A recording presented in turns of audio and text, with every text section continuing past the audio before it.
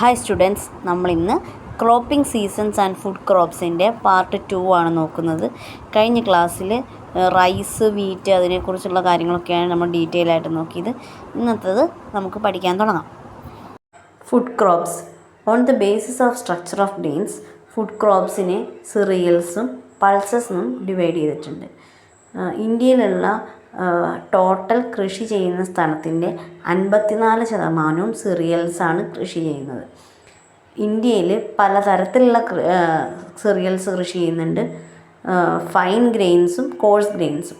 Fine ഗ്രെയിൻസിൽ rice, wheat ഒക്കെ വരും. കോഴ്സ് ഗ്രെയിൻസിൽ ജോവർ, ബജ്റ, മെയ്സ്, റാഗി ഇതൊക്കെ വരുന്നുണ്ട്. നമ്മൾ ആദ്യം നോക്കുന്നത് കോഴ്സ് ഗ്രെയിൻസാണ്. കോഴ്സ് ഗ്രെയിൻസാണ് ഇന്ത്യയുടെ കൃഷി നടത്തുന്ന ഏരിയയുടെ 16.5% കോഴ്സ് ഗ്രെയിൻസാണ് ഉള്ളത്. മേജർ കോഴ്സ് ഗ്രെയിൻസ് എന്ന് പറഞ്ഞാൽ ജോവർ, ബജ്റ, മെയ്സ്, റാഗി ഇതൊക്കെയാണ്. കോഴ്സ് ഗ്രെയിൻസ് കൂടുതലായിട്ടും പ്രൊഡ്യൂസ് ചെയ്യുന്നതൊക്കെ രാജസ്ഥാനിലാണ്. ജോവർ നമുക്ക് ഫസ്റ്റ് നോക്കാം. ജോവർ 5.3% ജോവറാണ് കൃഷി ചെയ്യുന്നത്. ഇത് സെൻട്രൽ ആൻഡ് സൗത്ത് ഇന്ത്യയുടെ മെയിൻ ഫുഡാണ് ജോവർ. മഹാരാഷ്ട്രയിൽ ജോവറിൻ്റെ ലീഡിങ് പ്രൊഡ്യൂസേഴ്സാണ്.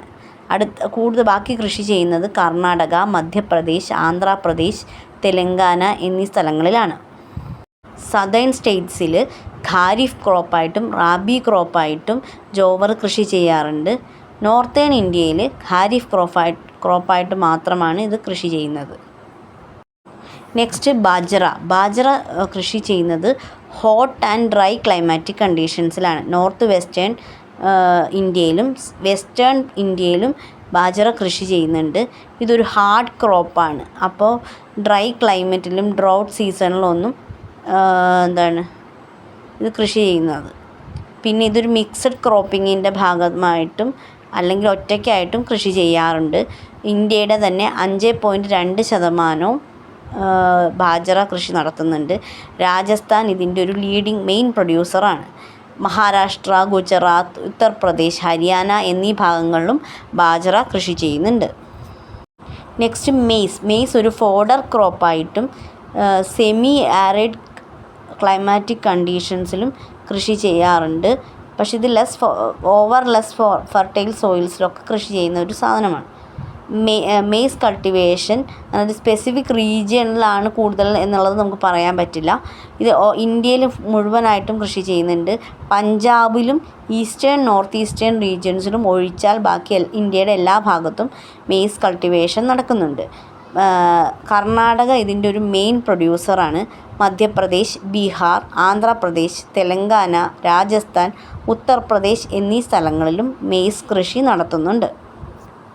ബാക്കിയുള്ള കോഴ്സ് സിറിയൽസിനേക്കാൾ കൂടുതൽ മെയ്സിന് ഈൽഡ് ലെവൽ കൂടുതലാണ്. അതായത് കൃഷി ചെയ്ത് ഉണ്ടായി വരാൻ സക്സസ് റേറ്റ് കൂടുതലാണ്.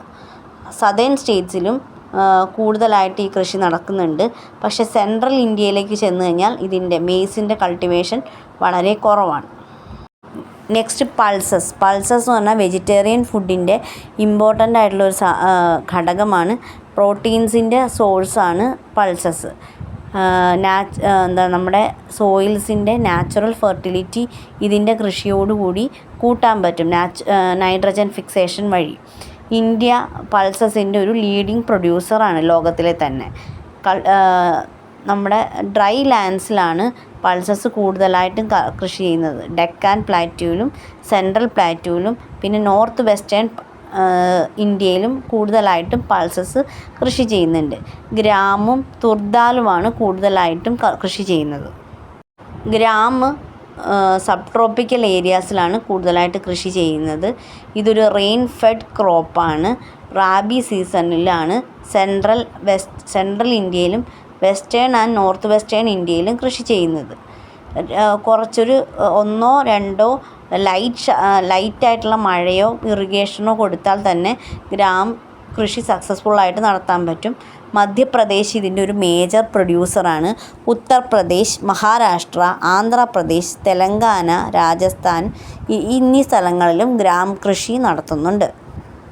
അടുത്തത് തുർദാലാണ്. തുർദാൽ എന്ന് പറഞ്ഞു കഴിഞ്ഞാൽ ഇന്ത്യയിലെ തന്നെ സെക്കൻഡ് ഇമ്പോർട്ടൻറ്റ് പൾസ് ക്രോപ്പായിട്ട് കൃഷി ചെയ്യുന്നതാണ്. റെഡ് ഗ്രാം, പീജിയൻ പീ എന്നീ പേരുകളിലും അറിയപ്പെടുന്നുണ്ട്. ഇത് മിനിമം ലാൻഡിൽ ആണ് കൃഷി ചെയ്യുന്നത്. റെയിൻഫെഡ് കണ്ടീഷൻസിലും അതായത് ഡ്രൈ ഏരിയാസ് ആയിട്ടുള്ള ഇന്ത്യയുടെ ഡ്രൈ ഏരിയാസ് സെൻട്രൽ ഇന്ത്യയിലും സദേൺ സ്റ്റേറ്റ്സിലുമൊക്കെ മഴയുടെ ഇറിഗേഷനിലൂടെ തുർദാൽ കൃഷി ചെയ്യുന്നുണ്ട്. കർണാടക ഇതിൻ്റെ ഒരു ലീഡിംഗ് പ്രൊഡ്യൂസറാണ്. ഉത്തർപ്രദേശ്, കർണാടക, ഗുജറാത്ത്, മധ്യപ്രദേശ് എന്നീ സ്ഥലങ്ങളിലാണ് തുർദാലിൻ്റെ കൃഷി കൂടുതലായിട്ടുമുള്ളത്.